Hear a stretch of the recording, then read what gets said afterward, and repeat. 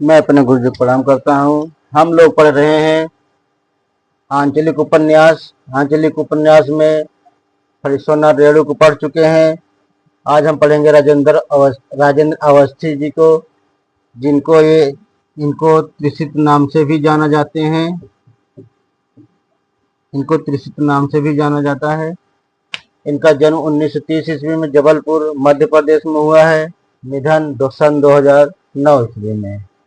इनके द्वारा लिखा गया उपन्यास सूरज किरण की छाव 1959 ईस्वी में, जंगल के फूल 1960 ईस्वी में, उतरते ज्वार की सीपियां 1968 ईस्वी में, जाने कितने आंखें 1969 ईस्वी में, बहता हुआ पानी 1971 ईस्वी में, बीमार शहर 1973 ईस्वी में, अकेली आवाज 1976 ईस्वी में, मछली बाजार 1977 ईस्वी में, एक रजनीगंधा की चोरी 1985 ईस्वी में।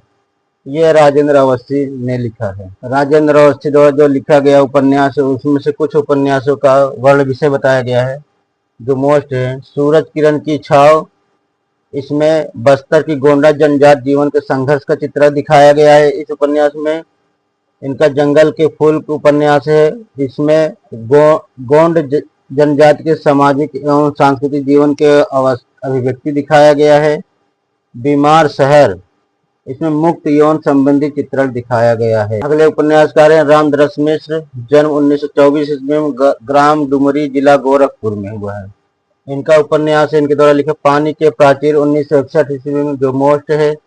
जल टूटता हुआ 1969 ईस्वी में, बीच का समय 1970 ईस्वी में, सूखा हुआ तालाब ये भी मोस्ट है 1972 ईस्वी में, अपने लोग 1976 ईस्वी में, रात का सफर 1976 ईस्वी में, आकाश की छत 1979 ईस्वी में, बिना दरवाजे की मकान 1984 ईस्वी में, ये भी मोस्ट है।